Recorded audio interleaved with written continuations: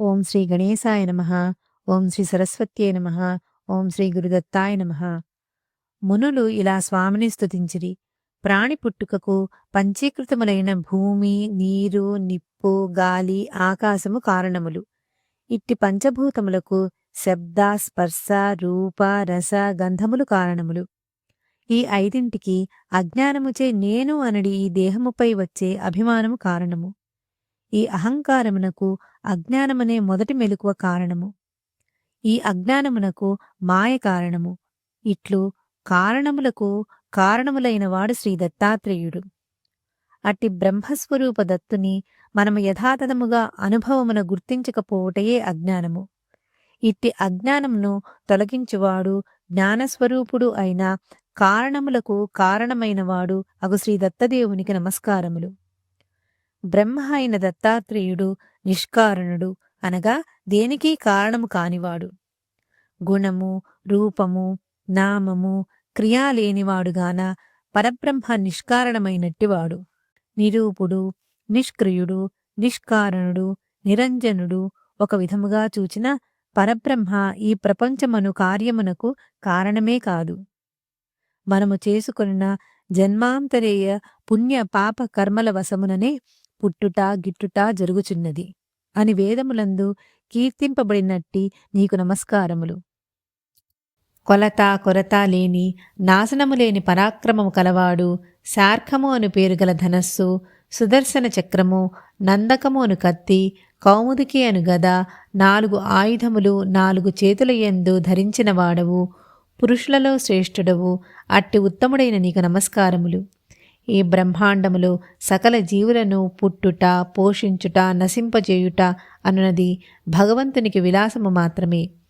ఈ ప్రాణి ప్రపంచము ఆయనకు ఒక ఆట వస్తువు. అన్ని భోగములు కలిగిన రాజు ఏ నిమిత్తమూ లేకే విహారాదులు చేసినట్లు చేతిలో బొమ్మను ధరించి ఆడించినట్లుగా ఈ జగత్తును ఆట వస్తువుగా చేసుకున్నటువంటి ప్రభువు, సమస్త ఐశ్వర్యములు కలుగునటువంటి దత్తదేవునికి మా నమస్కారములు. దేహము, ఇంద్రియములు ఇవియే ఆ దత్తదేవుని పొందుటకు సాధనములు. అయినను వాటి చేత కూడా తెలియరాని చిద్రూపుడు ఆయన. కర్రలను చిరికి అగ్నిని పొందుదురు, దానికి అరణి అని పేరు. ఆ అరణిలో చిలుకని పూర్వము అగ్ని లేదు, చిలికిన తర్వాతే ప్రకాశించును. ఇటువంటి గుణములు అనడి అరణియందు అగ్నివలె దాగియున్న పురుషోత్తముడవైన నీకు నమస్కారములు.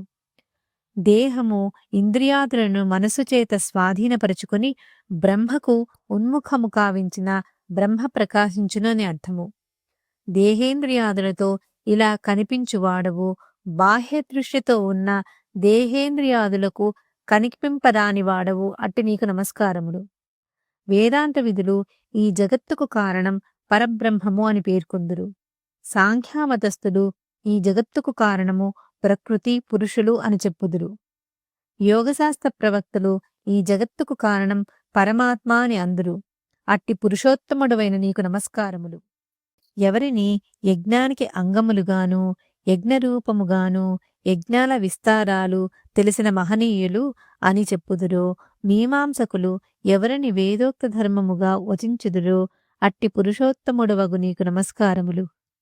ఎవరి ఊహకు సంబంధించి కొందరు ఈ జగత్తుకు కారణము శూన్యము అని చెప్పుచుందురు, కొందరు సృష్టి స్థితిలయలకు విజ్ఞానము కారణము అని చెప్పుచుందురు, ఇంకా కొంతమంది పంచభూతాలు కలిసి జగత్ సృష్టికి కారణమని చెప్పుదురు. ఇట్లు అనేక విధములుగా ప్రశంసింపబడు నీకు నమస్కారములు. వేదములు సర్వం కల్విదం బ్రహ్మ అనగా ఇదంతయు పరబ్రహ్మమైన విశ్వరూపునిగా ఎవరిని ఎంచుచున్నవో ఆ వేదములే ఇది కాదు ఇది కాదు అనే నిషేధించి చివరకు పరబ్రహ్మవగు నిన్ను అభివర్ణించుచున్నవి.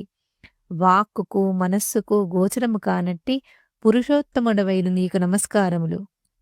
నిన్ను కొందరు గుణములు గల ద్రవ్యమని, మరికొందరు ఒక వస్తువు యొక్క అనేక రూపములే ఈ ప్రపంచమున అంతటా నిండి ఉన్న సర్వాధారుడవయి ప్రసిద్ధుడవగు అయిన పరబ్రహ్మమునకు మేము నమస్కరించుతుము.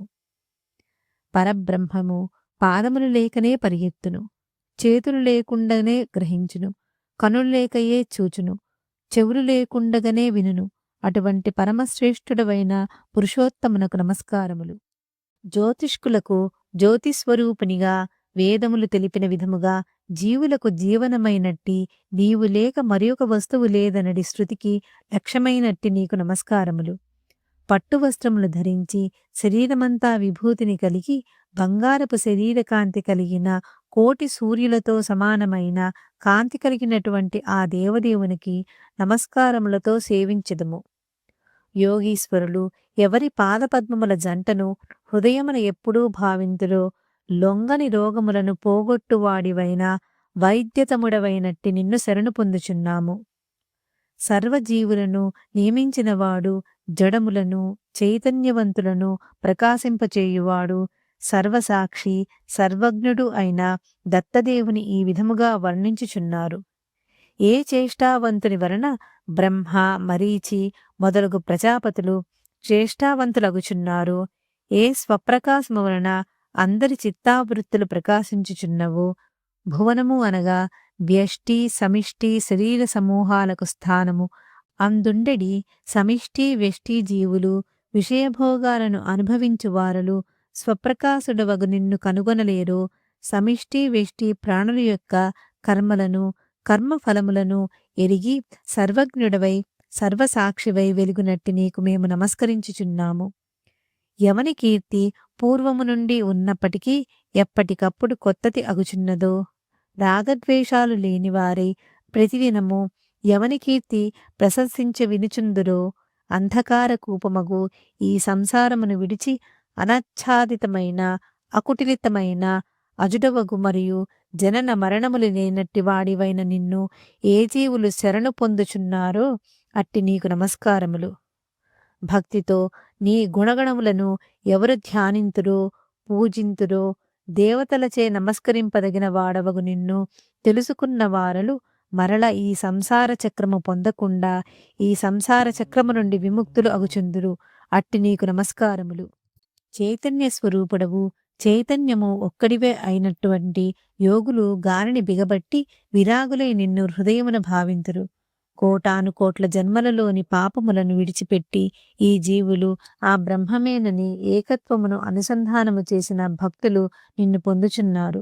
సత్వరజస్తమోగుణ సంగమముచే గ్రహింపబడిన శరీరము కలిగినట్టి అహం మమ అనుభావములు కలిగినట్టి దేహాది సంస్కారములు లేని సకల జీవులకు నివాసమైన పద్మాసనుడవైన నీకు మరియు దేవాసురులచే మునులచే సిద్ధులచే స్తుతింపబడిన పూజింపబడిన నీకు నమస్కారములు. ఎవని పేరు విన్నను చెప్పినను సమస్త అశుభములు పోగొట్టును, ఎవని కీర్తి దిగంతములను వ్యాపించి ఉన్నదో, ఎవని భక్తులు నీటి బుడగ వంటి ఈ సంసారమును స్పృశింపరు, సర్వవ్యాపకుడవు నమస్కరింపతగినవాడవు దేవాసురులకు భయహేతువు పరమేశ్వరుడవు అయిన నిన్ను సంసారము అనడి సుడి నుండి తప్పించుకొనుటకు శరణు పొందుచున్నాము. పూర్వము క్షీరమునందలి ఆశచే శరణు పొందిన విప్రకుమారుడు నీచే రక్షింపబడెను. ఒక రాజు మహేశ్వరుని ధ్యానము చేయుచు సమాధిలో ఉండెను. అతనిని చంపుటకై పలుమార్లు యమధర్మరాజు వచ్చెయు సమయము దొరకక వెనుకకు మరలెను. ఆయువు అయిపోవుట వలన బ్రహ్మరంధ్రమున యముడు పాశములను విసిరెను. మహేశ్వరుడు ప్రత్యక్షమై త్రిశూలముతో మృత్యువుని పొడిచెను. రాజు ఏమీయూ తెలియని సమాధిలోనే ఉండెను. అప్పుడు ఈశ్వరుడు అతనిలో ఉన్న ధ్యానమూర్తిని ఇవతలికి లాగెను. తెలివి వచ్చిన రాజు మహేశ్వరుణ్ణి చూచి స్తోత్రము చేసెను. చచ్చిన మృత్యువుని బ్రతికించమని వరమును కోరెను. అప్పుడు ఈశ్వరుడు ఆ రాజుని తనలో లీనమునర్చుకొనెను. అట్టి మహేశ్వరుడవైన నీకు నమస్కారములు. ఈ 18 శ్లోకములు సౌనకాది మునులచే స్తుతింపబడినవి. వ్యాసుల వారిలా చెప్పుచున్నారు. మునులచే స్తుతింపబడిన ఆ మహేశ్వరుడు మేఘ గంభీర ధ్వనితో ఇట్లనెను. మునిశ్రేష్ఠులారా, నీకు దుర్లభమైన వరములను ఇచ్చెదను, కోరుకొనుడు. నా నిజస్వరూపమును చూచిన మీరు కృతార్థులు. మునులు ఇలా పలికిరి: దేవదేవా, నీచే అనుగ్రహింపబడితిమి. నీ అనుగ్రహము వలన మేము ఉత్తమగతిని పొందుదుము. ఓ జగద్గురు, నీ విశ్వరూపమును చూచి కృతార్థమైతిమి. వాక్కుకి మనస్సుకి అందనట్టి రూపము గల నీ స్వరూపము మేము ఎరుగకుంటిమి. నీవు ఎవడెవో ఎందులకు ఇచ్చుటకు వచ్చితివి? విశ్వరూపుడవు ఎట్లు అయితివో నీ జన్మ కర్మలు నీ నామములు మాకు అనుగ్రహించి విశ్వాత్మకుడవైన నిన్ను ఎట్లు గ్రహింపగలుగుదుమో ఈ విధముగా మాకు కీర్తించుము. ఏ విజ్ఞానము కలవాడవు, ఏమి ఆధారము కలవాడవు, ఏమి ఆకారము స్వరూపము కలవాడవు, త్రిమూర్తులకు పరుడవు విశ్వరూపునివి గదా. ఓ స్వామి, నీ జన్మము, కర్మము, నీ నామములను చెప్పుము. నిన్ను ఎట్లా గుర్తింతుము? ఈ ప్రపంచమును నియమించు మహేశ్వరునిగా నిన్ను తలచుచున్నాము. మా కోరిక సత్యమై సిద్ధించినదా, లేక మేము చూచితిమి అబద్ధమా? ఓ మహాదేవ, మాకు నీ స్వరూపమును తెలియచేయుము. నీ భక్తులకు సంతుష్టలను చేయుము. నీవు ఈ ప్రపంచమునకు సాక్షివి. ఏమందుము స్వామి, మమ్ము అనుగ్రహింపుము. భగవంతుడు ఇట్లు పలికెను: ఓ మునులారా, మిమ్మలను అనుగ్రహించుటకు వచ్చిన వానిగా నన్ను తెలుసుకొనుడు. తపస్సు చేత, వేదాధ్యయనముల చేత, యమ నియమముల చేత, యజ్ఞముల చేత, బహుజన్మలలో చేసినట్టి పుణ్యముల చేత నేను సంతుష్టునైతిని. అనేక జన్మలలోని యోగముల చేత యోగులకు పరమగురువైన నేను మీకు దర్శనమిచ్చితిని. నేను మీ చేత పొందబడితిని. ఇచట మీదేమి అడగదలచిన అడుగుడు. ఎవని యొక్క వంశము, జన్మ, కర్మ, నామములను వినగోరితురో చెప్పుడు. నేను దత్తాత్రేయుడు అను పేరుతో యోగమును శిక్షించుటకు అవతరించి యోగులకు సిద్ధిని సాధించువాడనై ఇచ్చట చరించుచున్నాను. నా అవతారములు అనేకములుగా శాస్త్రవిధులచే చదవబడుచున్నవి. అట్లే నా నామములు, కర్మలు, వివిధములైన రూపములు అనేక విధములుగా వేద వేదాంగముల యందు వినబడుచున్నవి, చదవబడుచున్నవి. నా జన్మ, కర్మ, రూపములు శేషుని చేత లెక్కించుటకు కూడా అసఖ్యము. మునిశ్రేష్ఠుడారా, మీకు వినుటకు శ్రద్ధ కలిగినచో వినుడు. వ్యాస శిష్యుడు, పౌరాణికుడు, విద్వాంసుడు అగు ఈ సూతుడు నా అనుగ్రహముచే సర్వజ్ఞుడై మీకు అన్నింటినీ వినిపింపగలడు. మీరు ఈ యజ్ఞకర్మను పూర్తి చేసి గొప్ప భోగములను అనుభవించి నా అనుగ్రహము వలన జ్ఞానమును పొంది బ్రహ్మ జీవైక్యమును అనగా జీవబ్రహ్మలకు ఏకత్వమును అనుభవించి ఈ రెండింటి చేతను లోకమున శ్రేష్టమైన భోగములను అనుభవించి తరించెదరు. ఈ దేహము యొక్క అంత్యకాలమున నా ఆనంద స్వరూపమును మనస్సుకి వాక్కుకి అందని ఉత్తమ జ్ఞానమును స్థానమును పొందగలరు. మంచి వ్రతములు కల మీరు శ్రద్ధతో నన్ను గురించి ఏ స్తోత్రమును చేసిదురో ఆ స్తోత్రము నాకు ఇష్టమైనది. మనుష్యులకు ఇది యోగసిద్ధిని కలుగజేయును, భుక్తిని ముక్తిని ఇచ్చునట్టిది.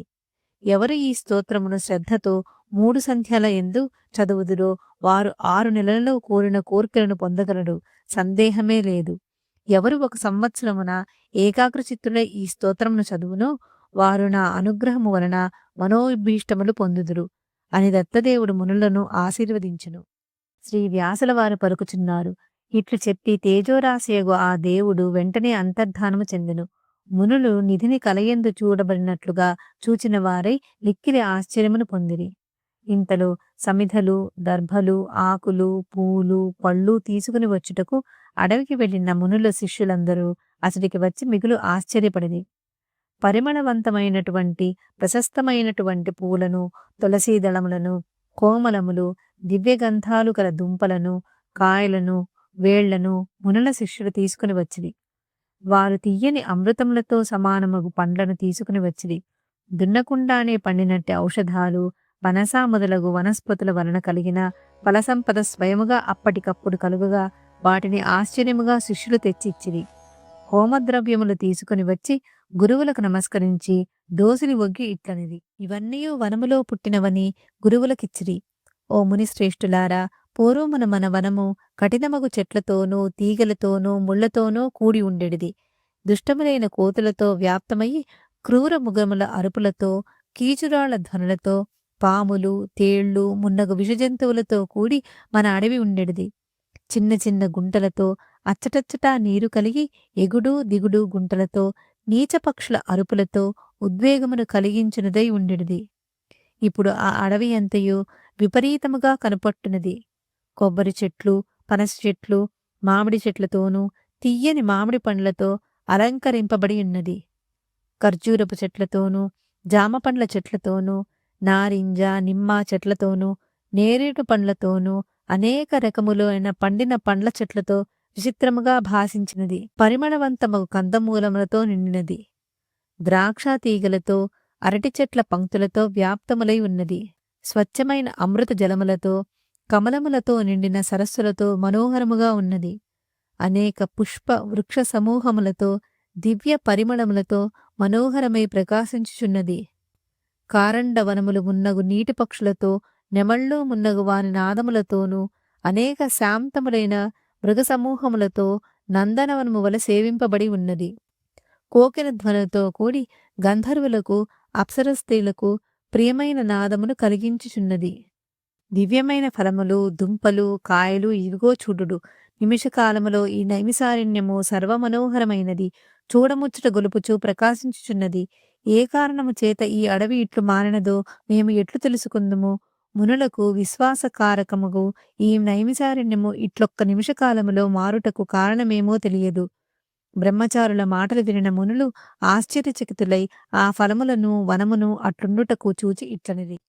కౌతూహలముతో కూడి ఇదంతయు ఆ ఈశ్వరుని మహిమ అనుగ్రహముగా తలచి శిష్యులకు ఆ దేవదేవుని దర్శనము అనుగ్రహము అంతయు చెప్పిరి. శిష్యులందరూ ఆ మాటలు విని తమ ఆశ్రమమునకు ఆ దేవదేవుని రాకను తెలిసి ఆనందించిరి. ఆ దేవదేవుని చూడలేకపోతిమని, మేము కొద్ది మాత్రమే పుణ్యము కలవారమని తమ భాగ్యమును నిందించుకునిరి. గురువులారా, మునులారా, మీరు మేము ఒకే నివాసమున ఉండి ఒకే ఆచారము కలిగి వేదాధ్యాయన పరులమై గురుసేవా పరాయణులమైతిమి గదా.